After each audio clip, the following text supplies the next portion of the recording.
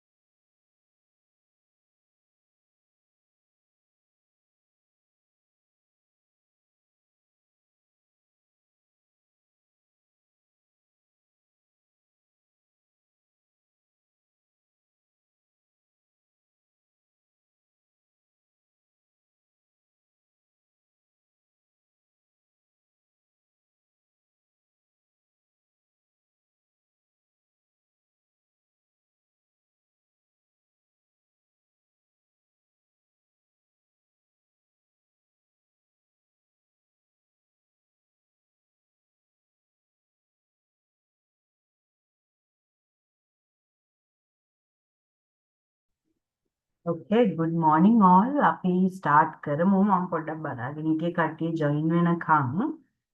Right. lecture 5 එක තමයි ගන්න තියෙන්නේ. ඊට කලින් පොඩ්ඩක් මතක් කරොත් last time අපි මොකද්ද කරේ කියලා lecture 4 එකේ අපි computer hardware කියන topic එක ගැන කතා කරන්න පටන් ගත්තා. Right. කම්පියුටර් හાર્ඩ්වෙයාර් ටොපික් එක පටන් ගත්තා.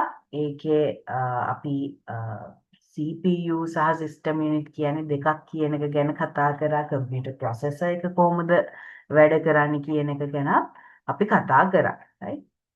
ඊට පස්සේ CPU එක ගැන පොඩි කොටස් කීපයක් ගැන කතා කරා. ඒ වගේම විශේෂයෙන් අන්තිමේදී මේක වැඩ කරන්නේ කොහොමද කියන එක ගැන කතා කරද්දී ලොජික් ගේට්ස් කියන ඒවා කොහොමද වැඩ කරන්නේ, කොහොමද මේ ට්‍රුත් ටේබල් එකක් අඳින්නේ, සර්කිට් ඩයග්‍රෑම් එක අඳින්නේ කියලා පොඩ්ඩක් වෙනස් විදිහේ කතාවක් ගිය සැරේ අපි කතා කරා. right? ඉතින් මං හිතන්නේ මං තාම ඒකේ රෙකෝඩින් එක දාලා නැහැ. ඒක මං ඉක්මනටම අප්ලෝඩ් කරන්නම්. hopefully ඊළඟ මන්ඩේ වෙද්දි මං අප්ලෝඩ් කරලා තියෙනවා. right? okay. ඉතින් අදත් අපිට කතා කරන්න තියෙන්නේ hardware components වලම තව පොඩි කොටස් කීපයක්. right? මුලින්ම අපි කතා කරන්න ඕනේ කම්පියුටර් එකේ ස්පීඩ් එක ගැන පොඩි කතාවක්. right? clock generator. right? As previously mentioned, modern CPUs contain billions of transistors, and within a second these can be on and off billion times. This state of the CPU is synchronized with an oscillator called clock generator. ඒ කියන්නේ දැන් මේ computer එකේ speed එක right අපි දැන් දන්නවා දැන් අපි භාවිතා වන CPU වල transistors අර ultra large scale integration කියලා transistors බිලියන ගාණක් එකට එකතු වෙලා තමයි මේ CPU එකේ ඇතුලේ වැඩ කරන්නේ. ඉතින් තප්පරයක් ඇතුළතදී අපි දන්නවා මේ transistors on and off computer කියන්නේ මේ ones and zeros කියන binary form එකෙන්නේ. ඉතින් මේ on and off කියන state එක ඒ කියන්නේ ඒක repeatedly transistors බිලියනයක් තියෙනවා නම් බිලියන ගාණක් මේක මේ on and off කිය මේක තප්පරයක් ඇතුළත සිද්ධ වෙනවා. ඉතින් CPU එක මේ වෙන ඒ කියන්නේ මේ process එක මේක අර sync වෙන්න ඕන. ඔක්කොම එක සැරේ off වෙලා ගිහින් හරියන්නේ නෑනේ. right? ඉතින් අර binary term එකත් එක්ක මේක pattern එකකට synchronize වෙලා තමයි මේ on and off කියන state එක සිද්ධ වෙන්න ඕනේ. ඉතින් මේකට තියනවලු oscillator කියලා පොඩි component එකක්. oscillate වෙනවා කියන්නේ අර vibrate වෙනවා වගේ on and off කියලා අර pendulum එකක් එහෙට මෙහෙට move වෙනවා වගේ CPU එකේ තියෙන clock generator එකක් clock එකක්. මේ time එකට අනුව තමයි මේ on and off කියන state එක අර යම් කිසි pattern එකකින් තමයි මේක සිද්ධ වෙන්නේ. right? So in general, more times a clock can pulse within a second, faster the CPU can calculate. right? ඉතින් අපි මතක තියාගන්න ඕන දේ තප්පරයක් ඇතුළත මේ clock එකට pulse වෙන්න පුළුවන්. ඒ කියන්නේ on and off වෙන වේගය තප්පරයක් ඇතුළත ඒ වේගය on and off වෙන ප්‍රමාණය වැඩි වෙන තරමට අපි කියනවා මේ CPU එකේ ස්පීඩ් එක වැඩි කියලා. right? So in modern CPUs, this is measured in gigahertz. right? ඉතින් CPU ස්පීඩ් එක measure කරන standard unit එක තමයි hertz කියන එක. right? HZ කියලා unit එක hertz නිකම් hertz උත් නෙමෙයි gigahertz කියලා තියෙනවා. right? giga කියලා කියන්නේ 10 වෙනි බලය කියන එක. right? මිලියනයකටත් වැඩි. right? මිලියන 1000ක ප්‍රමාණයක් තප්පරයකට මේක cycle එක සිද්ධ වෙනවලු. right? ඉතින් මේ බලන්න මේ diagram එකේ 4 cycles per second. right? 4 hertz කියලා කියන්නේ hertz කියලා වචනේ තේරුම තමයි cycle per second. තප්පරයකදී cycle ප්‍රමාණය. ඉතින් 4 hertz කිව්වොත් ඔන්න graph එක මේ විදිහට තමයි හැදෙන්නේ. 14 hertz කිව්වොත් තප්පරයක්. right? මේ වෙලාව තමයි තප්පරේ. තප්පරයක් ඇතුළත 14 සැරයක් යනවා. ඉතින් එහෙම නෙමෙයි තප්පරයක් ඇතුළත මිලියන 1000කට වඩා ප්‍රමාණයක් දැන් තියෙන CPUs වැඩ කරනවා right 1 GHz උත් නෙමෙයිනේ many gigahertz right ඉතින් hertz කියලා කියන්නේ per second cycle per second කියන එක right මේ hertz කියන වචනේ තේරුම නිකන් අපි කිව්වොත් cycle per second කියන එක right cycles per second කියන එක තමයි මේක දැන් mouthful නේ right ඒක තමයි කෙටියෙන් මේ hertz කියලා කියන්නේ right ඉතින් කම්පියුටර් එකේ ස්පීඩ් එක මෙෂර් කරන්නේ මෙන්න මේ gigahertz කියන යුනිට් එකෙන් right gigahertz කියන එකෙන් තමයි කම්පියුටර් එකේ ස්පීඩ් එක මෙෂර් කරන්නේ right computer speed is measured in gigahertz right ඒක අපි මතක තියාගන්න ඕනේ දෙව්මි මොකද අත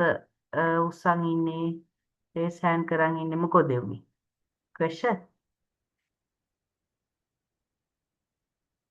question එකක්ද පුතේ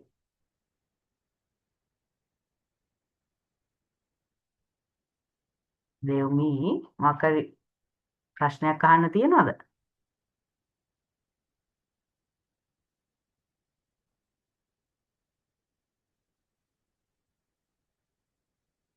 yes නැද්ද raise hand කරලා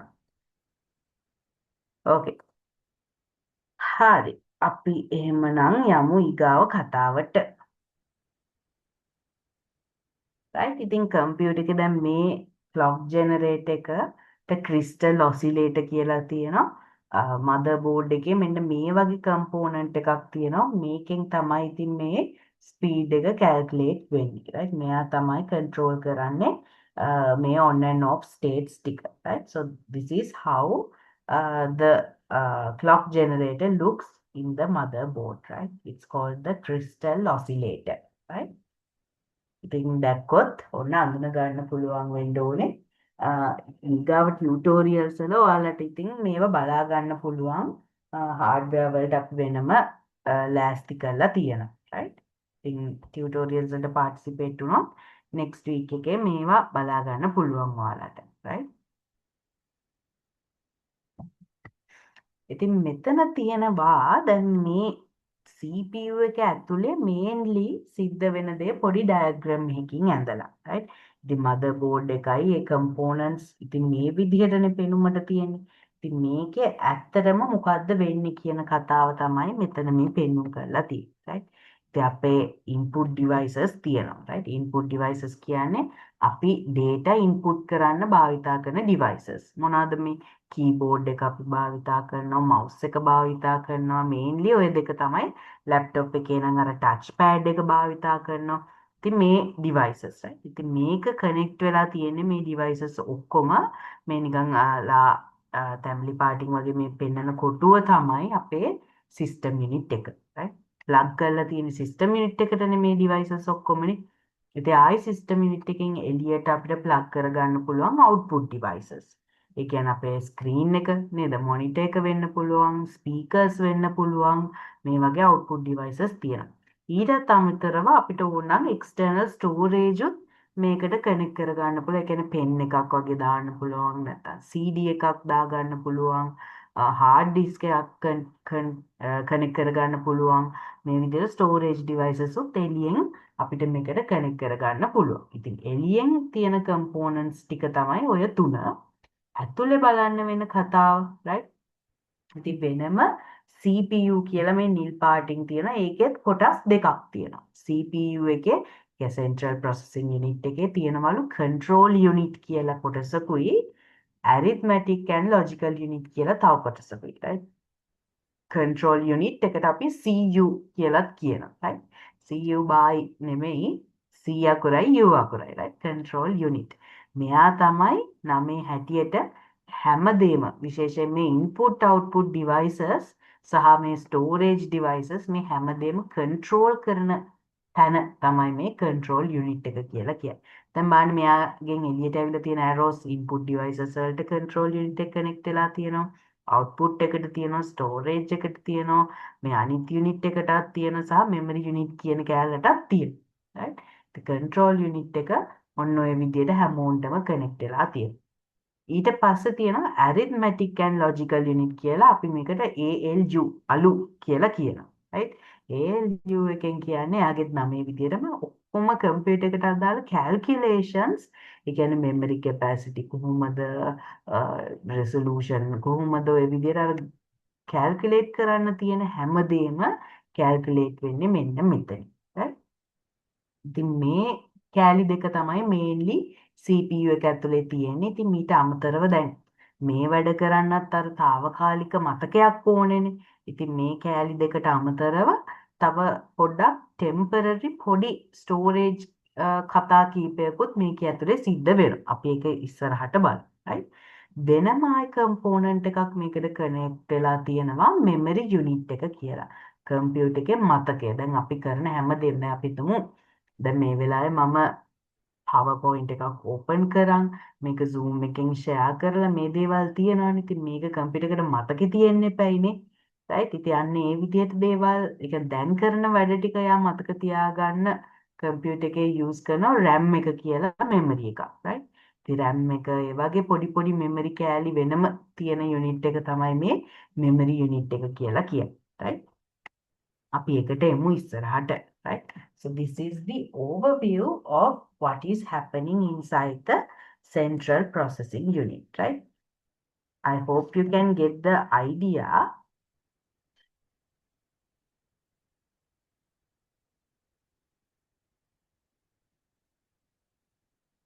We'll talk about memory in detail in a bit. Right? For now, right? If I were to explain this diagram properly, just look at the outline of this particular like light orange color square, right? It is the CPU, right? Or rather, let's say it is the system unit that we see from outside, right? So you know that for the system unit, we have input devices plugged in, right? Input devices like the keyboard, like the mouse, or if it is the laptop, you have the touchpad, right? All of these are devices that we use to feed data into the computer, right? So they are called as input devices. They are plugged into the system unit, right? And then from the system unit, you have output devices plugged in as well. Could be the monitor, could be the speaker, right? There are many. Similarly, you have storage devices plugged in as well, right? It could be a pen drive externally, right? It could be a pen drive, it could be something like a hard drive or maybe a CD drive, right? Externally, you can have storage devices plugged in as well. If we come and look at the inside of this system unit, right? We have the CPU part, right? The processor, right? So inside the processor, there are two units, it seems, right? One is called the control unit. As the name says, it controls everything, right? You can see arrows coming out to input devices, to the memory unit, to output devices and storage. That means the CU, right? Control unit controls all of these components, right? Then there's another unit called the arithmetic and logical unit, which controls all the calculations that are being done in the computer system. Calculations as in it could be the memory calculations, it could be the, the oscillator, that timing calculations, it could be the quality of the graphics that you're calculating. There are many kinds of calculations that are happening inside the computer system. All of these are done by this unit called ALU, right? And then separately, there's the memory unit, right? Memory unit, we'll talk about the computer memory in a bit, right? What you have to keep in mind is inside this CPU part also, there are some temporary memories as well, because it needs to process this memory, right? It needs to remember the calculations that it do for a certain time. So for that also there's some kind of memory involved, not permanent memory, like very fast, but temporary memory is involved, right? So this is what is happening inside the CPU. right. ඉතින් මෙතන තියෙනවා ඔන්න machine cycle කියලා. කියන්නේ දැන් මේක ඇතුලේ right සිද්ධ වෙන කියන්නේ අර මේ අපේ CPU එක ඇතුලේ සිද්ධ වෙන දේවල් ස්ටෙප්ස් 4කින් විස්තර කරලා ඔන්න මේ විදිහට තියෙනවා right. ස්ටෙප් 1 එක විදිහට කියනවා මොකද්ද කරන්නේ මේන් මෙමරි එකේ ඉඳලා control unit එකට මොකද්ද වෙලා තියෙන්නේ fetch instruction from memory right. ඉතින් control unit එකට මුලින්ම එයා මතක් කරගන්න එපැයි මොකක්ද එයා කරන්නේ කියන එක. ඉතින් ඒක ඔන්න එයා අරගෙන තියෙනවා මේන් මෙමරි එකේ right step 1 එක. ඊට පස්සේ මොකද්ද step 2 එකේ කියනවලු decode instructions into commands right. ඒ කියන්නේ මෙන්න මේ ටික කරන්න ඕනි කියලා list එකෙන් ඒක අර actions විදියට ඇත්තටම කරන්න ඕන දේවල් විදියට එයා ඒක හදා ගන්නවා. ස්ටෙප් 3 එකේදී ඔන්න එයා හදාගන්නේ කමාන්ඩ්ස් ටික එක්සිකියුට් කරනවා කියන්නේ ඒක දැන් ඔන්න කරන්න පටන් ගන්නවා කියන එක. ALU එකකින් දැන් මේක කරන්න පටන් ගන්න. ඊට පස්සේ ස්ටෙප් 4 එකේ විදිහට දැන් මේ මොන හරි ක්‍රියාවලියන් කරයින් පස්සේ ඒකේ රිසල්ට් ටික ආපහු මේන් මෙමරි එකට දීලා සේව් කර ගන්නවලු. right. ඉතින් මැෂින් සයිකල් මැෂින් නෝ ඉන්ස්ට්‍රක්ෂන් සයිකල් කියලා කියන්නේ කම්පියුටර් එකේ ඇතුලේ කන්ටිනියුවස්ලි මෙන්න මේ දේවල් ටික තමයි ඉතින් අපි අර මවුස් එක හිට මූව් කරාද බටන් එකක් ක්ලික් කරාද කීබෝඩ් එකේ මොකක් හරි ප්‍රෙස් කරාද හැම අවස්ථාවකම මෙන්න මේ සයිකල් එක තමයි අත්‍තරම කිව්වොත් සිද්ධ වෙන්නේ right. ඉතින් ලොකු කාර්යභාරයක් වෙනවා. ඉතින් අපි මේක එච්චර හිතන්නේ නැහැනේ. අපිට ඉතින් මේක අදාළ නැහැ. අපිට ඕනේ කම්පියුටර් එක භාවිතා කරන්න. හරිද? ඉතින් ඇත්තටම අනිත් පැත්ත ගත්තොත් ටෙක්නිකලි කම්පියුටර් එක ඇතුලේ සිද්ධ වෙන පාර්ට් එක තමයි මේ ඩයග්‍රෑම් එකෙන් එක්ස්ප්ලেইন කරලා තියෙන්නේ right. So I believe you can understand that this diagram shows what is happening behind the screen right. Like whenever you click on a certain icon, it could be when you press a certain key in the keyboard right. This is what is happening inside right. So step 1 will be right from the main memory you fetch what you have to do right. You fetch the instruction into the control unit. That is what's happening in the first stage. As number 2 right what's happening is you have the instructions now but you need to convert it into something doable right. So that is why it says you decode the instructions into commands right. Step 3 is using ALU, you actually start doing those commands, right? Execute means you start doing it. And then once you run those commands, you have the results, right? So as step 4, you are going to save these in your memory, right? This is like a continuous cycle. Whenever you turn on the computer, this is what is happening, right? Whenever you do some sort of activity in the computer, this is what will happen right. Make a extra right ඔයාලට නිකන් දැන ගැනීම පිණිස දාපු පොඩි කරුණක් right. So this is something extra for you to understand like what is happening behind the screen right. Yes all හරිද slides ගැන අහලා තියෙනවා මේ ඔයගොල්ලන්ගේ lecture recordings ද එතකොට lecture notes ද මේ හැමදේම ඔයාලා එක්ක share වෙනවා පුතේ. තාම මම හිතන්නේ LMS ගැටලුව විසඳිලා නැතුව ඇති. ඒ LMS එකට ගියාම ඉතින් මේ හැමදේම available. ඒක හිතන්න එපා right. මේ materials ගැන එච්චර එක worry වෙන්න එපා. ඒක ප්‍රශ්නයක් තියෙනවා නම් ඔයාලා මොනවා හරි ෆොටෝ එකක් හරි ස්ක්‍රීන්ෂොට් එකක් හරි අරගෙන තියාගන්න. and at the end of the day මේ ඔක්කොම ඔයාලා එක්ක share වෙනවා right. මම හිතන්නේ මම already drive folder එකක් එහෙම ඔයගොල්ලෝ එක්ක ගොඩාක් සැරයක් share කරලා තියෙනවා. ඒකම තමයි මම update කරන්නේ. මට ඇත්තටම පහුගිය පොඩක් recordings ටික upload කරන්න මේ බැරි වුණා. ඒකත් මම next week එකදී complete කරන්න right. lecture notes නම් ඔක්කොම upload කරලා තියෙනවා right. Okay. So we have a small video over here right. computer එක ඇතුලේ වැඩ ටික සිද්ධ වෙන්නේ කොහොමද කියන එක තමයි මේ වීඩියෝ එකෙන් තියෙන්නේ. ඔය විනාඩියක් අරන් මේකත් බලමුකෝ right.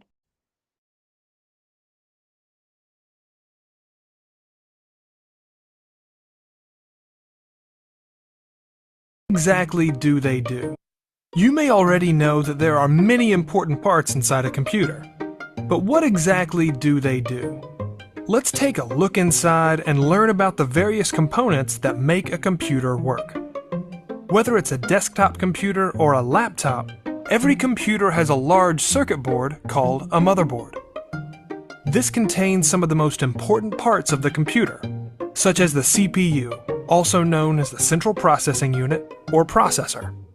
The CPU can be considered the brain of the computer because it processes information and carries out commands.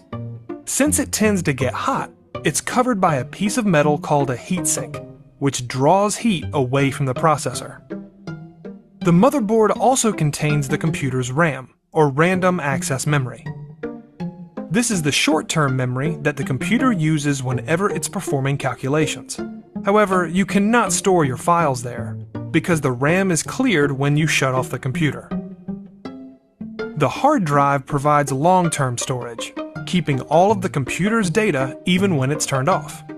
Many hard drives use a magnetic platter to store data, but many newer computers have solid-state drives, which are faster and more durable, but also more expensive. On many desktop computers, the motherboard has expansion slots that allow you to upgrade by adding expansion cards. You can add a video card to get better graphics performance, or you can add a wireless card to connect to your wireless home network. Most laptops, however, don't have expansion slots. Of course, the computer's components need electricity to run. The power supply unit is designed to take power from the wall outlet and send it to all of the different components that need power. Laptops also contain a built-in battery that lets you use them anywhere. A computer is a pretty complex machine, but now that you've seen what goes on inside, it should be a little less mysterious. You may already know. Okay, I hope that was useful. ඉතින් slide එකේ මම link එකත් ඔක්කොම දාලා තියෙනවා. ඒ video එකට ආපහු බලන්න ඕන අයට බලන්න පුළුවන්. right? ඉතින් computer manufacturers නැත්තම් මේ brands එහෙම ඔයගොල්ලෝ දන්නවද? මේ processors right? computer එකේ brain එක හදන companies. ඉතින් මේකෙන් වැඩියෙන්ම ඇත්තටම අලෙවි වන බ්‍රෑන්ඩ් එක තමයි මෙන්න මේ Intel කියන බ්‍රෑන්ඩ් එක. කම්පියුටර් වර්ගය කෙසේ වෙතත් right? ඒ කියන්නේ දැන් ඔයාට තියෙන අපි හිතමු HP කම්පියුටර් එකක් වෙන්න පුළුවන්, Lenovo වෙන්න පුළුවන්, මොහොම බ්‍රෑන්ඩ්ස් ගොඩාක් තියෙනවානේ right? Dell එකක් වෙන්න පුළුවන්. මේ කොයි බ්‍රෑන්ඩ් එක වුණත් ඇත්තටම කිව්වොත් processor එක වෙන්නේ ගොඩක් වෙලාවට මෙන්න මේ Intel කියන processor එක right? ඊට අමතරව තව companies තියෙනවා processors හදන right? computer එකේ මොළය හදන companies මතකයි නේද? අර golden color chip එක හදන්නේ right? So I hope you can remember the processor right? Which is the CPU, the golden color chip, right? The brain of the computer. So irrespective of what your laptop is, it could be HP, it could be Dell, it could be Lenovo. Most of the time, the most famous processor manufacturer is the company called Intel, right? But there are other companies as well who make great computer processors, right?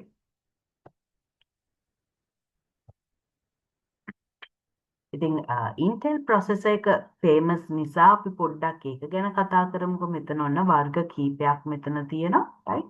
Intel බලන්න ඔයාලගේ මොකද්ද තියෙන්නේ කියලා.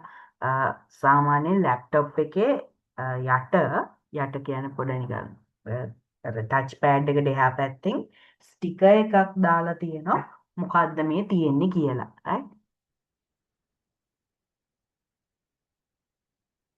Intel මෙතන තියෙනවා Xeon Platinum කියලා right? Targeted at the non-consumer workstations and servers right? ඉතින් මේක ගොඩක් වෙලාවට දකින්න නෑ right? Workstations and server machines වලටලු මේ processor එක හදන්නේ right? ඉතින් targeted at mid-range workstations කියලා තියෙනවා බලන්න ඔයගොල්ලන්ගේ නිකන් i7 i5 මොන හරි කියලා ඔයගොල්ලන්ගේ තියෙනවද right? Pentium කියලා එකක්ලු ගොඩක් general computers වලට තියෙන්නේ low cost computers වලට Celeron කියලා එකක් තියෙනවලු right? ඉතින් බලන්න ඔයගොල්ලන්ගේ ස්ටිකර් එකෙන් මොකක්ද තියෙන්නේ Intel මොකක් හරි inside core i7 i5 ඔහොම කියලා එකක් ඇති. right? ඉතින් ඒක නිකන් search කරලා බලන්න මොකක්ද ඒකේ තේරුම කියලා. Did you find any such sticker in your laptop? chat එකේ එවන්න බලන්න හොයාගත්ත අය. Yes, do you have a sticker? එහෙම ස්ටිකර් එකක් තියෙනවද ඔයගොල්ලන්ගේ?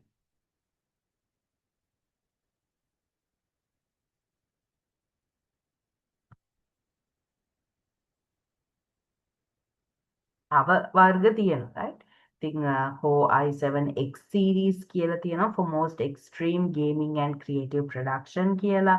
එතකොට i9 එක gameplay and heavy multitasking වලට හොඳයිලු.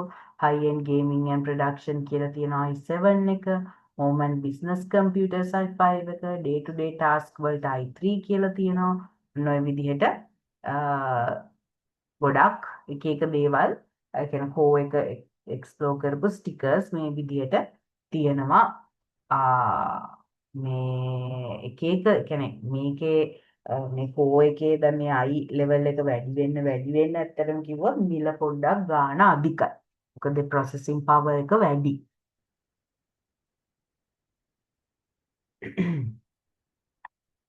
good right? මට ස්ටුඩන්ට් කෙනෙක් කියලා තියෙනවා Core i5 කියලා තියෙනවා කියලා යාගේ good right? සාමාන්‍ය අපේ වැඩ ටික කරගන්නවා හොඳටම ප්‍රමාණවත් එක right? okay. ඉතින් processor details අපි එදත් කතා කරා right? ඉතින් අපි දැන් ඉන්නේ Intel processors වල 12th කියන generation එකේ right? ඉතින් මේකේ බ්‍රෑන්ඩ් එක මේ විදිහට අපිට බලා ගන්න පුළුවන් i7ද i3ද i5ද මොකද්ද කියලා බ්‍රෑන්ඩ් මොඩිෆයර් එක මෙතන බලා ගන්න පුළුවන්. ඊට පස්සේ තියෙන නම්බර් එකෙන් තියෙන මුල් ඩිජිට්ස් වල තමයි අපේ ජෙනරේෂන් එක මොකද්ද 10ද මොකද්ද 8ද 9ද මොකද්ද කියලා අපිට බලා ගන්න පුළුවන් right? ඊට පස්සේ 65 කියලා තියෙනවා. මේකට මේ කියන SKU numeric digit එක කියලා පොඩි ස්පෙસિෆිකේෂන් එකක්. ඊට පස්සේ product line එක කොහොමද කියලා කියන්නේ ඔය process එක හදන batch එක වගේ identify කරගන්න number එකක් තියෙනවා. මේ විදිහට තමයි මේකේ කොටස් ටික නම් වෙන්නේ. right? ඉතින් මේකේ ඕගොල්ලොන්ගේ සෙටිංස් වලට ගිහිල්ලා මං එදා බලන හැටි පෙන්නුවානේ මේක නේද? ගිහිල්ලා දැන් බලන්න පොඩ්ඩක් ඔයාගේ ජෙනරේෂන් එක මොකක්ද කොහොමද විස්තරය කියලා. Can you go to your settings and check your generation and everything? ගිහිල්ලා බලන්න හොයාගන්න පුළුවන්ද කියලා laptop එකේ settings වල.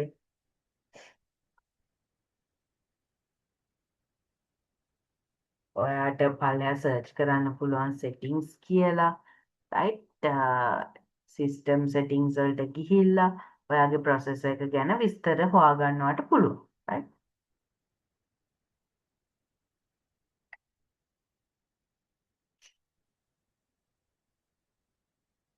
නැත්නම් කෙලින්ම processor information කියන එක නිකන් processor කියලා search කරන්න ඔයාට ඔයාගේ processor එක ගැන විස්තර හොයාගන්න පුළුවන්.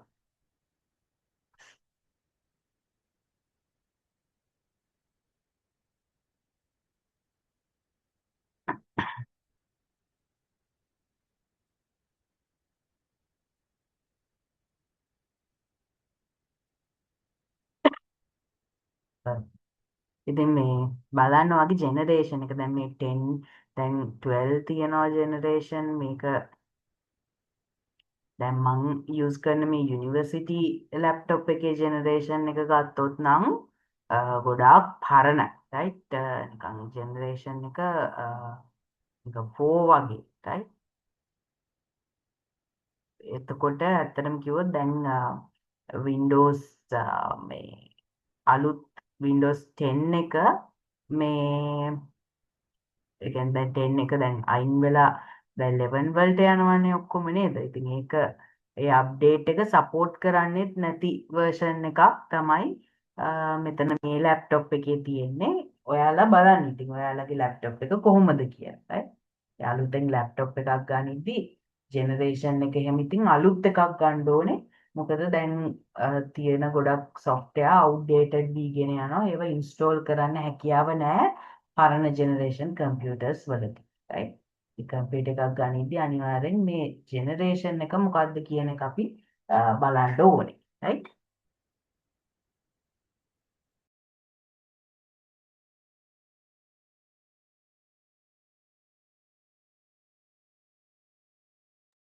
ඔකේ මං හිතනවා බලන්න ඇති කියලා මේකට මං එදත් කාලේ දුන්න හන්දා අපි පොඩ්ඩක් ඉස්සරහට යමු right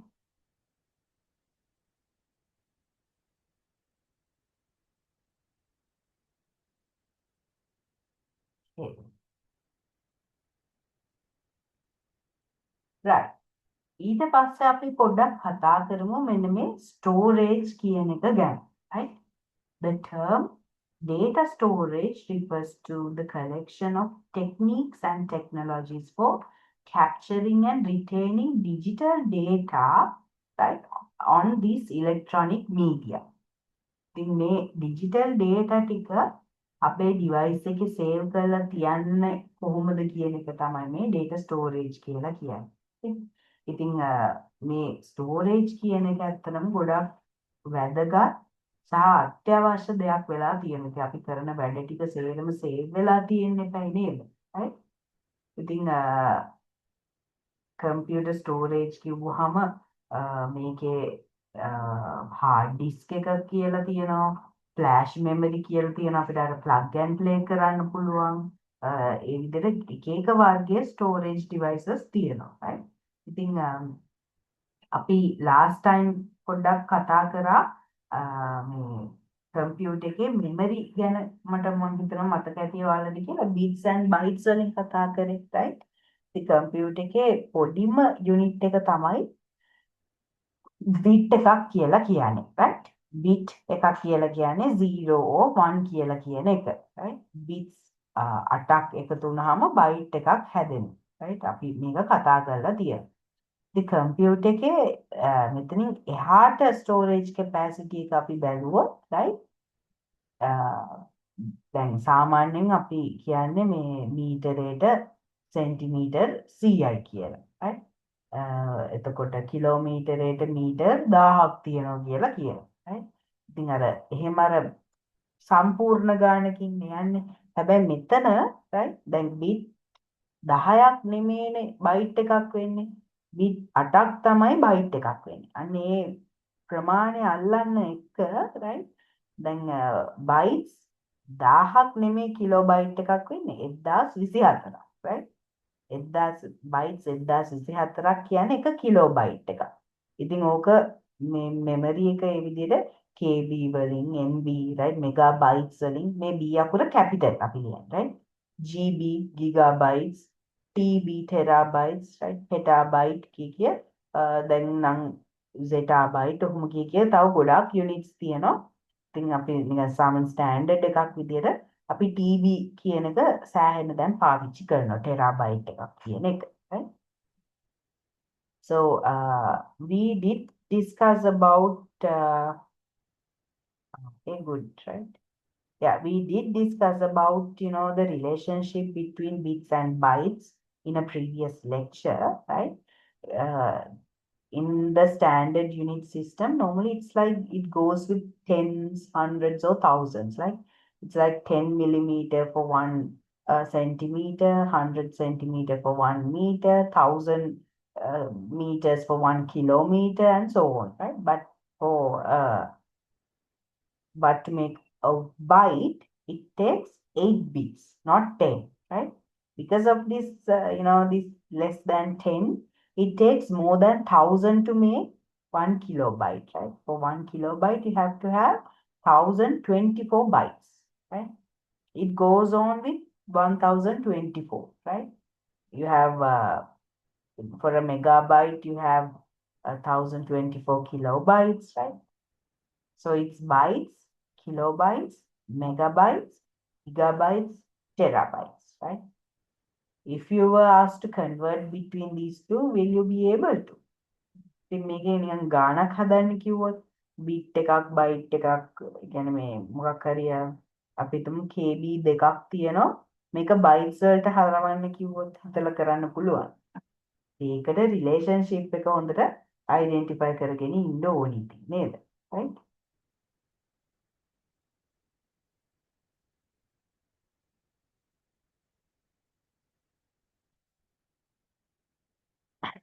Okay.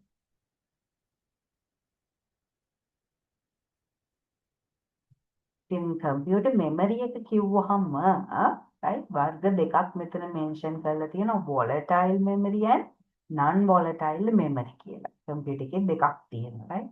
volatile කියලා කියන්නේ මේක වාෂ්ප වෙනවා කියන එක. right. ඒ කියන්නේ කම්පියුටර් එක ඕෆ් කරාම මෙයාට මේ මතකේ නැති වෙලා යනවා. right. කම්පියුටර් එකේ මේන් මෙමරි එක මෙන්න මේ volatile type එකේ තමයි තියෙන්නේ. right. ඒ කියන්නේ කම්පියුටර් එක ඔන් වෙච්ච අවස්ථාවේ ඉඳලා අපි දැන් මවුස් එක මෙහෙ ගෙනිච්චා දැන් මේ කම්පියුටර් එකේ දැන් මගේ එකේ නම් දැන් ඔන්න මම PowerPoint එකක් ඕපන් කරගෙන Zoom එක දාගෙන ওই විදියට තියෙනවා. හදිස්සියේ power off වුණොත් off වෙලා on වෙද්දී සාමාන්‍යයෙන් PowerPoint එක ඕපන් වෙලා Zoom එක log වෙලා ඒක ඒ විදිහටම run වෙලා තියෙන්නේ නෑනේ. කම්පියුටර් එක shut down කරොත් on කරද්දී ෆ්‍රෙෂ් පිට තමයි ආයි තියෙන්නේ ආයි කලින් රන් වෙවි තිබ්බ ඇප්ස් මුකුත් නැහැ right අන්න ඒකට තමයි මේ volatile storage එක volatile memory එක කියලා කියන්නේ right ඒ වෙලේ කරන වැඩ ටික විතරක් මතකයි කියන එක right ඉතින් power එක මත මේ memory එක depend වෙනවා computer එකේ main memory RAM එක කියලා කියන්නේ random access memory කියලා ඉතින් මේ RAM එක මෙන්න මේ volatile කියන ගණයට අයිති memory එකක් ඒ වෙලේ කරන වැඩ ටික විතරයි මෙයාට මතක. ඉතින් ඔයාගේ RAM එක වැඩි වෙන්න ඔයාට කම්පියුටර් එකේ එක අවස්ථාවේ කරන්න පුළුවන් වැඩ අර ස්ටක් වෙන්නේ නැතුව ස්ලෝ වෙන්නේ නැතුව මාර කාර්යක්ෂමව කරගන්න පුළුවන්. RAM එක වැඩි වෙන්න right 4GB 8GB RAM විදියට යනවා right ඉතින් cache memory and random access memory are examples of volatile storage right ඊට පස්සේ තව තියෙනවා දැන් හැම මතකයක්ම මේ විදිහට මේ volatile වෙලා තියෙන්න බෑනේ නේද right ඒ කියන්නේ මේ හැම මෙමරි එකක්ම දැන් අපි හිතමු ඔයා මොකක් හරි වැඩක් කරනවා මේ මොකද්ද අපි හිතමු ඔයා මොකක් හරි ડોකියුමන්ට් එකක් එඩිට් කරනවා කියලා right ඒ ડોකියුමන්ට් එක එඩිට් කරද්දී එඩිට් කරලා සේව් කරලා කම්පියුටර් එක ඕෆ් කරනවා. ඊළඟ දවසේ ඔන් කරලා බලද්දී දැන් මේ ડોකියුමන්ට් එකත් volatile වෙලා නම් ඒක නැත්තම් එතන ප්‍රශ්නයක් නේද? right? ඉතින් එහෙම වෙන්න බෑ. ඉතින් non volatile විදිහට කම්පියුටර් එකේ memories තියෙනවා. ඔය secondary memory කියලා අපි සාමාන්‍යයෙන් hard disk එක ඒ වගේ තැනක තමයි අපි ඔය save කරන files එහෙම save right? RAM එකේ නෙමෙයි අපි save කරන file save වෙන්නේ right RAM එකේ තමයි අපි දැන් මොකද්ද කරන්න කියන එකට අවධානය දෙන්නේ file එකක් එහෙම save කරොත් ඒක main memory එකේ නෙමෙයි හොඳ secondary memory අපේ hard drive එකේ ගිහිල්ලා තමයි ඒ ටික save වෙන්නේ right so I think you can get the idea right volatile means as soon as the power is lost that memory is refreshed right it's like the working memory whatever that we are doing with the computer RAM is where this memory is happening right the more RAM you have the more flawless or like you know the more smooth your computer experience will be but you know like when we save files and stuff right when we are saving stuff for later use it's not the main memory that's working there right that will be the secondary memory or like the hard drive right because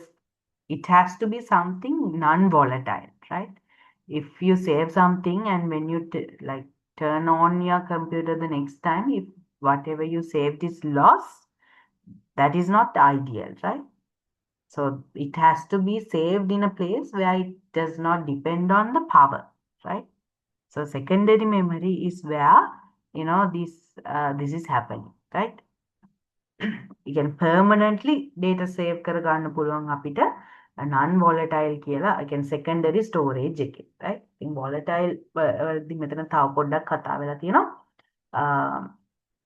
volatile memory is computer memory that needs power to keep its content. It holds its content when switched on, but rapidly loses it when the power is cut off. Right? System RAM is the most common type of more volatile memory. But there are some other types, right? Then RAM එක තමයි හොඳම උදාහරණය. ඊට වඩා VRAM කියලා තියෙනවා, right? Video RAM එක. එතකොට අපේ processor එකේ මම කිව්වා මතකද මේ processor එකේ වැඩ ටික කරන්නත් චූටි memory එහෙම තියනවා කියලා. මේවා temporary memory හැබැයි මාර speed එක වැඩි, right? cache memory කියලා කියනවා. L1 and L2 cache කියලා තියෙනවා. එතකොට HDD and SSD disk එකේ cache එක කියලා තියෙනවා. cache memory කියලා කියන්නේ මේ volatile storage වලට උදාහරණ ටිකක්, right? ඉතින් මතක තියාගන්න volatile කියන්නේ power එක නැති වෙච්ච ගමන මතකය නැති වෙනවා කියන කතාව. right? ඉතින් RAM එකේ පෙනුම right මෙන්න මේ වගේ. right? මේකත් motherboard එකට ඔයාලට දාන්න පුළුවන් තව slot එකක්. right? Computer random access memory is a critical component of your system's performance.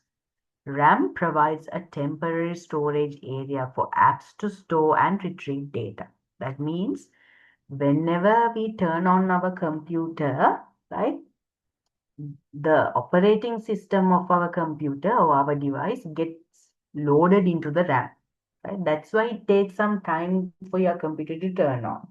Computer එක on කරපු ගමන්ම computer එක phone එක මේ හැමදේම right on කරපු ගමන්ම මොකද්ද මුලින්ම සිද්ධ වෙන්නේ දැන් අපේ device එකට අදාළ operating system එකක් තියෙනවානේ ඒක ඇවිල්ලා load වෙනවා මෙන්න මේ RAM එකට ඒකයි ටික වෙලාවක් යන්නේ ඔයාලා notice කරන්න ඊළඟ සැරේ හොඳ computer එක first time on කරපු ගමන්ම මොකක් හරි ඔයා app එකක් open කරන්න ගියාම යම් කිසි වෙලාවක් ගත වෙනවා අපි නිකන් ඒක බලමු මම ඔයාලට පෙන්නන්නම් මගේ ස්ක්‍රීන් එක ෂෙයා කරලා right දැනට මම ඕපන් කරලා නැහැ කියලා අපි හිතමුකෝ ඕපන් කරලා නැහැනේ word එකක් right මම නිකන් මෙතන search කරලා word කියලා search කරලා word app එක ඕපන් කරන්නයි යන්නේ right එතන මම මෙහෙම ඕපන් කරනවා ඔන්න දැන් ක්ලික් කරපු වෙලේ ඉඳලා ඔන්න තාම on උන්නේ නැහැ right දැන් තමයි ඔන්න on උනේ මේ විදියට ඔන්න දැන් තියෙනවා right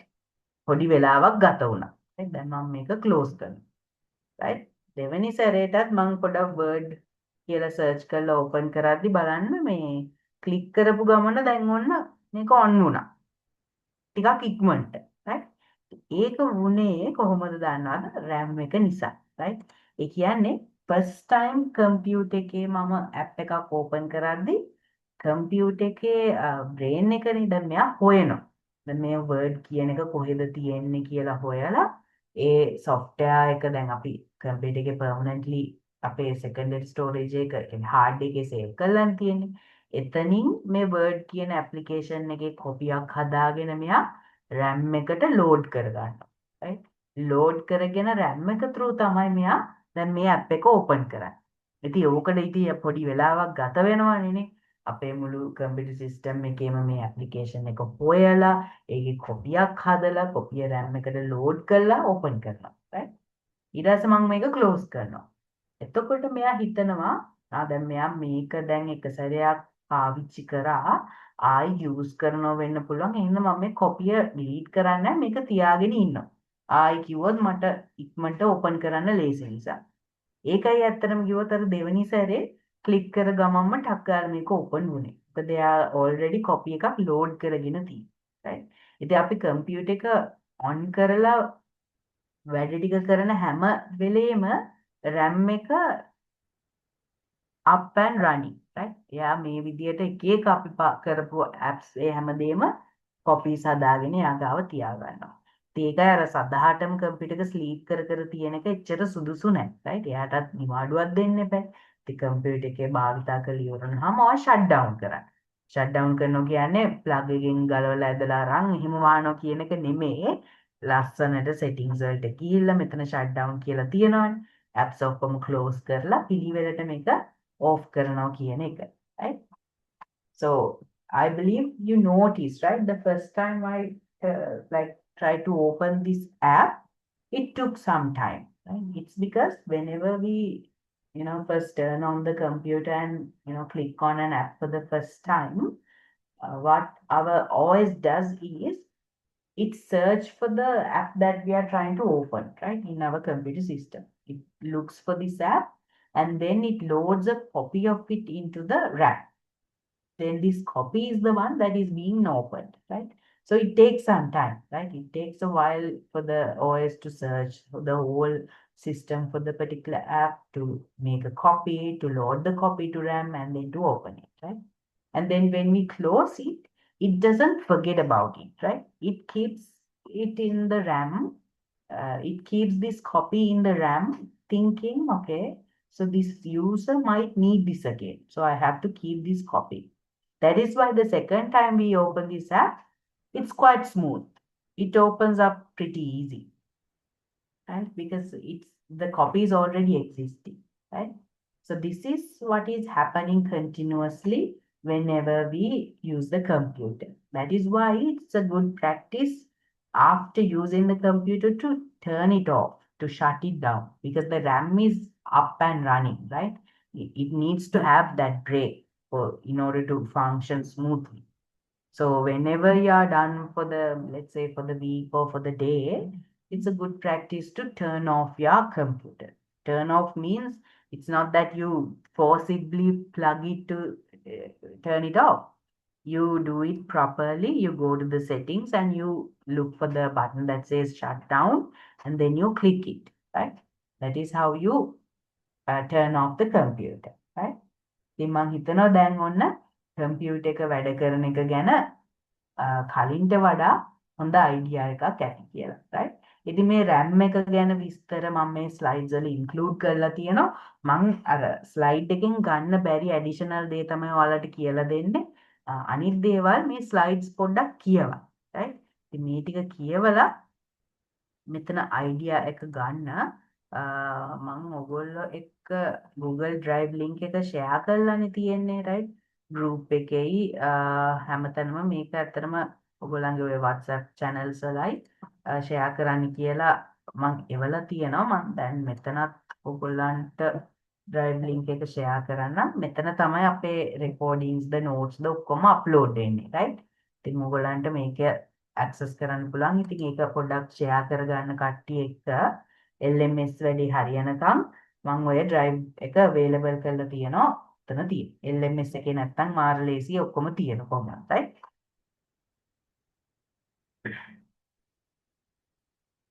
ආයොන attendance වැඩි පටන් ගත්තා. I'm not marking your attendance like that, right?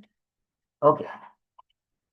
ඉතින් මේ slides පොඩ්ඩක් කියවන්න. ඊට පස්සේ ඔන්න video RAM කියලා තව RAM එකක් තියෙනවලු, right? ඉතින් 9 තියෙනවා වගේම computer එකේ images, right, videos, picture data computer එකේ display කරන එක handle කරන memory එක තමයි මේ VRAM එක කියලා කියන්නේ, right? VRAM handles the picture data, right? VRAM's goal is to guarantee that graphics display is executed consistently and smoothly, because we are now in the GUI phase, right? අපි දැන් ඉන්නේ අපේ GUI එකක්නේ තියෙන, graphical user interface එකක්නේ. ඉස්සර නම් තිබ්බේ CLI කියලා, right? command line interface එකක්. අර කළු සුදු screen එකේ commands එක යන screen එක අපි ඉස්සර හිටියේ. ඒක මම පෙන්නලා තියනවනේ ඔයගොල්ලන්ට. දැන් හැමදේම අපිට icons තියෙනවා, folders තියෙනවා, mouse එක තියෙනවා, graphics එක යන view එකක් තමයි දැන් අපිට තියෙන්නේ, right? ඉතින් මේකේ quality එක මේ බලන්නේ මෙන්න මේ VRAM කියන එක, right? Video RAM කියන එක, right? So you can read the slide. You can find the slideshow in the drive that I have shared. Other week එක තාම මම upload කරලා නැහැ. මේ lecture එකෙන් පස්සේ මේකත් upload කරන්න, right? ඉතින් ඊට පස්සේ අපිට අර cache memory කියන එකකුත් CPU එකේ තියෙනවානේ. ඉතින් මේක ඇතුලේ L1 and L2 cache කියලා අපේ cache memory එක තියෙනවා.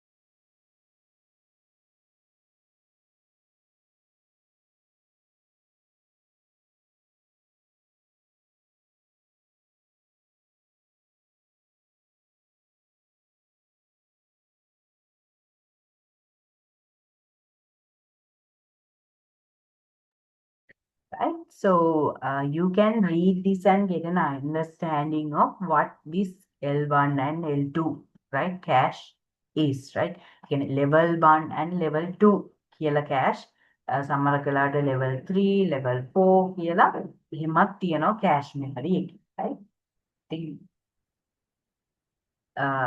cache memory එක mainly වැඩ කරන්නේ කම්පියුටර් එකේ ඔය main memory එකේ ඉඳලා CPU එකට යන data handle කරන්න තමයි මෙන්න මේ cache memory පාවිච්චි වෙන්නේ, right? ගේ speed එක වැඩි වෙන තරමට කම්පියුටර් එකේ වැඩ ටික ගොඩක් speed එක වැඩි වෙනවා, right?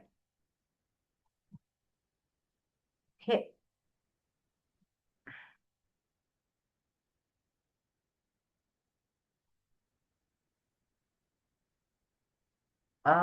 How is the attendance marked? I have explained that in lecture 1, right?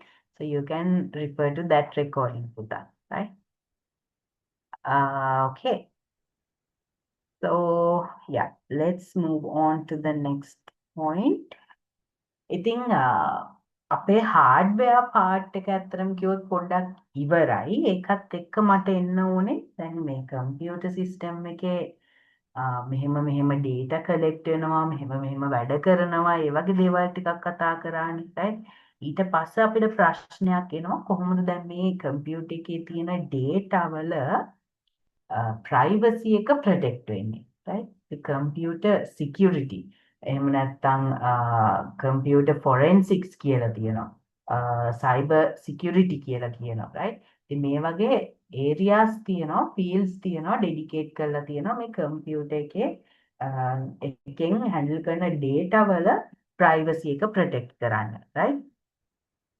Computer security principles like cryptography are important. I think one such method is cryptography, right? Cryptography කියලා කියන්නේ අර encryption කියලා concept එකෙන්, right? ඔයගොල්ලෝ මේ වචනේ දැකලා ඇති encryption කියන එක WhatsApp use කරනවා නම් දැකලා ඇති. WhatsApp වල message එකක් තියෙනවා දැකලා තියෙනවද මේ නිකන් අලුතෙන්ම chat එකක් open කරද්දී නිකන් කහපාට box එකක වගේ දානවා this conversation is protected by end-to-end encryption ඔහොම එකක් තියෙනවා. දැකලා තියෙනවා. right? ඉතින් මේ encrypt කරනවා කියලා කියන්නේ දැන් අපේ message එක එහෙම නැත්නම් අපේ data වෙන කෙනෙක් ගාවට ගියත් ඒ data ඒ ස්වරූපෙන්ම නෙමෙයි තියෙන්නේ. වෙනස් කරලා. මොකක් හරි algorithm එකක් මොකක් හරි pattern එකක් දාලා ඒ data නිකන් රහස් message එකක් රහස් පණිවිඩයක් වගේ වෙනස් කරලා තමයි save කරලා තියෙන්නේ, right? ඉතින් මේකට කියන අපි encryption කියලා. ඉතින් ඒ encrypt කරලා තියෙන message එක ආයි තිබ්බ විදියටම හදන එකට අපි කියනවා decryption කියලා, right? Encryption and decryption කියලා. ඉතින් මේ concept එක මුලින්ම, right? cryptography කියන මේ කතාව අද ඊයේ හැදිච්ච දෙයක් නෙමෙයි.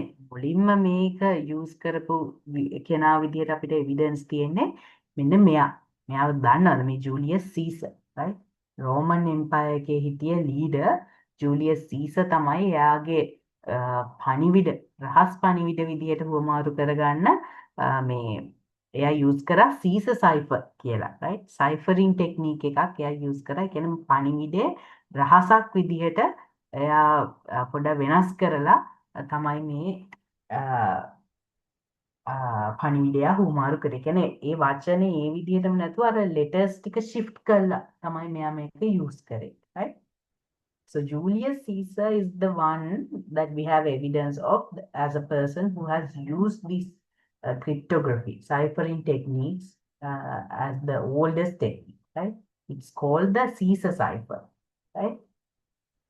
It's a very simple term, right? ඉතින් ඇත්තට මේ Caesar cipher කියන එක මාරම simple අපි කියන්නේ cryptography ඉගෙන ගන්න students ලා විදිහට මුලින්ම ඉගෙන ගන්න algorithm එක විදිහට ideal මේක දැන් computer systems වල ඕක නෙමෙයි තියෙන්නේ. ගොඩක් sophisticated විදිහට mathematically induced algorithms තමයි දැන් තියෙන්නේ, right? So this introduced the essential concept of shifting letters to secure communication serving as a critical educational tool for teaching encryption basics and paving the way for advanced modern security. Right? ඉතින් අපි බලමු මොකද්ද දැන් මෙයා මේ හඳුන්වලා දීපු Caesar සයිෆර් එක කියන. right? ඉතින් එයා කියලා තියෙනවා අපි දැන් හිතමු අපේ message එක තමයි මේක. right? Hi, this is a secret message කියලා ඔන්න ඕක තමයි අපේ පණිවිඩය. right? හැබැයි සීසර් අපිට දෙන්නේ මෙන්න මේක. right? මෙන්න මේ විදිහේ වාක්‍යයක් තමයි අපිට දීලා තියෙන්නේ. කොහොමද ඒක වුනේ? එයා කියනවා key එක 2 කියලා. right? කාට හරි කියන්න පුළුවන්ද මේක දිහා බලලා මේ සීසර් සයිෆර් එකේ key එක 2 කියලා මේ plain text එක cipher text එකක් විදිහට මේ text කියන එකට මේකට plain text එක කියලා කියනවා. right? නිකන් text එක. right? මේකට කියනවා cipher කරපු text එක කියලා. මේ plain text එක cipher text එකට convert කරේ කොහොමද කියලා කියන්න පුළුවන්ද? කාට හරි පුළුවන් මේක බලලා කියන්න.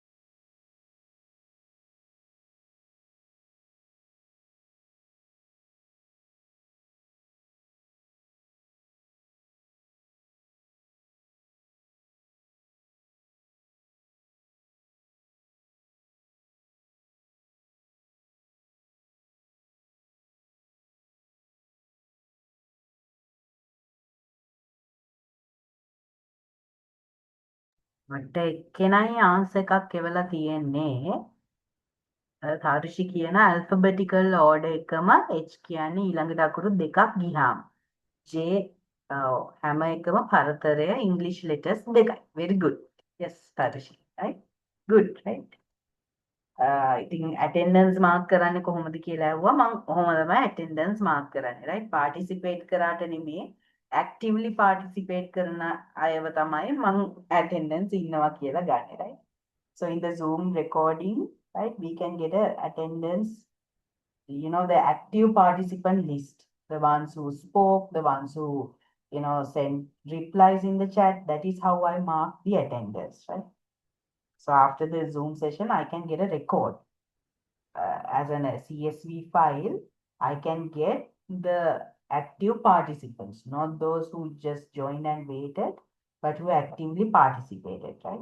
So that is the list that I'm sending to exam unit, right? Okay. හරි. ඉතින් yes කිව්වත් වගේ පුතේ මේ key එක දෙකයි කියලා දැන් මෙයා මේ කියන්නේ හැම අකුරම දෙකක් shift කරනවා කියන එක. right? ඒ කියන්නේ දැන් අපි මේ particular message එක ගත්තොත් මෙයා මේකේ කියන්නේ key එක දෙකයි කියලා. ඒ කියන්නේ දැන් A අකුර අපි පටන් ගත්තා කිව්වොත් right? මේකේ විදිහට message එක වෙන්න නම් A කියන තැන ඉඳලා දෙකක් ඉස්සරහට ගියාම ඒක තමයි අලුත් A. ඒ කියන්නේ B කියන්නේ එකයි C කියන්නේ දෙකයි නේද? ඒ කියන්නේ A is equal to C. right? ඕක තමයි මෙතන සිද්ධ වෙලා තියෙන්නේ. B කියලා කියන්නේ එතකොට B එකේ ඉඳලා දෙකක් ඉස්සරහට C D. කියන්නේ B is equal to D. එහෙම තමයි මෙතන මේ වෙලා තියෙන්නේ. right? H අකුර කියලා කියන්නේ H ඉඳන් දෙකක් ඉස්සරහට. 1 2. H කියන්නේ J වෙලා තියෙනවා. right? I කියලා කියන්නේ ඒකින්නම් දෙකක් ඉස්සරහට. I J K. I කියන්නේ K වෙලා තියෙනවා. right? අකුරු දෙකක් ඉස්සරහට shift කරලා තියෙනවා මේකේ. right? ඉතින් ඕකේ අනිත් පැත්තත් පුළුවන් වෙන්න ඕනේ. right? දැන් ඔයගොල්ලන්ට දීලා තිබ්බොත් cipher කරපු message එකක් key එක දැන් මේ අවස්ථාවේ දෙකයි කියලා මේක අනිත් පැත්තට convert කරගන්න පුළුවන්ද කියලා අහනවා. right? පුළුවන්ද ඉතින්. එතකොට J කියන්නේ දෙකක් ආපස්සට එන්න ඕනේ. right? මේක මේ decrypt කරගන්නවා කිව්වහම අනිත් පැත්ත. හොඳේ. ඉස්සරහට නෙමෙයි පිටිපස්සට. J කිව්වම දෙකක් පිටිපස්සට එනවා. right? ඒ කියන්නේ J ඉන්නවා 1යි 2යි H වෙනවා. J කියන්නේ H. K අකුර දෙකක් පිටිපස්සට ආවම I වෙනවා. right? ඒ දෙපැත්තම පුළුවන් වෙන්න ඕනේ. right? I hope it's clear, right? It's like in order to convert the plain text into ciphertext, right? According to the key, you move forward, right? So the key is 2, that means you move 2 times forward. H means H is here, right? You move 2 times to the front, that means 1, 2. That means H becomes J, right? H is equal to J now. Then you have I, right? You move 2 times to the front. 1, 2. That means I becomes K, right? This is how you convert plain text into ciphertext, right? So you have to be able to do the other way around as well. Ciphertext to plain text means you have to move backwards 2 times. 2 times because now the key is 2, right? It could be different the next time, right? දෙකෙන් දෙක යන්නේ දැනට key එක දෙක නිසා. හොඳේ. හැම වෙලාවෙම දෙක නෙමෙයි. අපි අර ඉස්සරහට යනවා plain text එක ciphertext කරන්න ආපස්සට එනවා ciphertext එක plain text කරන්න. දැන් ප්‍රශ්නේ තමයි අපි හිතමු දැන් අපි මේ y අකුර තියෙන්නේ කියලා. right? y අකුර කොහොමද එතකොට ඉස්සරහට දෙකක් යන්නේ? එකක් ගියාම z ඊට පස්සේ යන්න තැනක් නැහැනේ. ඊට පස්සේ ආපහු මුලට එන්න ඕනේ. right? එහෙම තමයි අගෙන් ඉවර වෙන්නේ. එකක් z දෙකක් ගියාම a. right? දෙකක් ගිහිලා තියෙන එක right a කියන්නේ 1 2 ඒ වගේ y කියන්නේ එතකොට a වෙනවා right so the problem comes when it comes to the last letters right if let's say your plain text is y how do you move 2 times forward that is you move 1 that is z then again you have a you have b like that right alphabet continues right that means y will become a when the key is 2 right මම හිතනවා ඒක okay වෙන්නේ නැති කියලා ඒකත් එක්ක can you try to convert this right so this the same message right hi this is a secret message කියන message එකමයි. හැබැයි දැන් key එක 4 right? ඉතින් මේකේ cipher text එක හොයලා මට කියන්න බලන්න convert කරලා. කියන්න බලන්න මේක convert කරලා.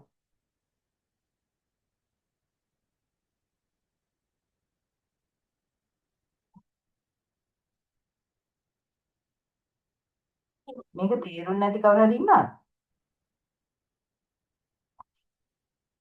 තේරුම් නැත්නම් අහන්න පුතේ. කවුරුත් කතා කරන්නේ නැහැ. මම assume කරන හැමෝටම තේරුණා කියලා. convert කරලා මේකේ උත්තරේ කියන්න බලන්න.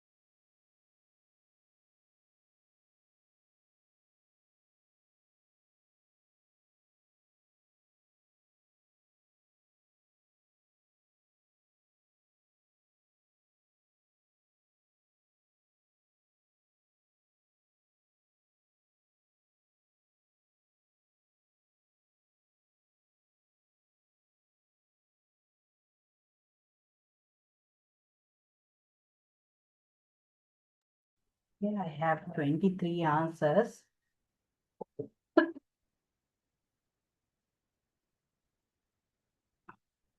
Okay, very good, right? කට්ටිය try out කරලා එවලා තියෙනවා. ගොඩක් හොඳයි, right?